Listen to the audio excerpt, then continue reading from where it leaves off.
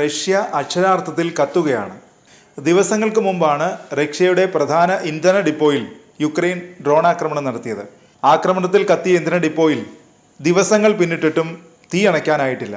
Fire force ഉദ്യോഗസ്ഥരെയും സൈനികരെയും ഒക്കെ രംഗത്തിറക്കിയിട്ടും രക്ഷയില്ലാത്തതിനെ തുടർന്ന് റഷ്യ 18ാമത്തെ അടവ് പുറത്തെടുത്തിരിക്കുകയാണ്.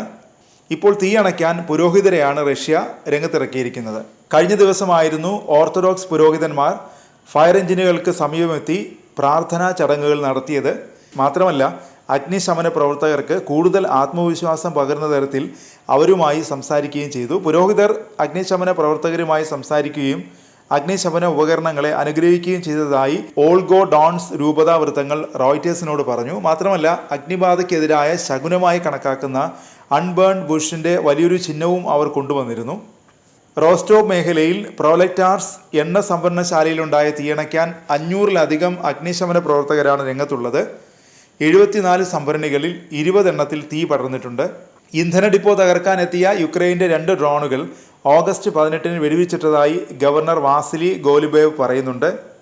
എന്നാൽ അതിൻ്റെ അവശിഷ്ടങ്ങൾ തെറിച്ചു വീണ് ഡീസൽ ടാങ്കിന് തീപിടിക്കുകയായിരുന്നു. ലോക്കൽ അതോറിറ്റി സ്ഥലത്ത് അടിയന്തരാവസ്ഥ പ്രഖ്യാപിച്ചിട്ടുണ്ട്.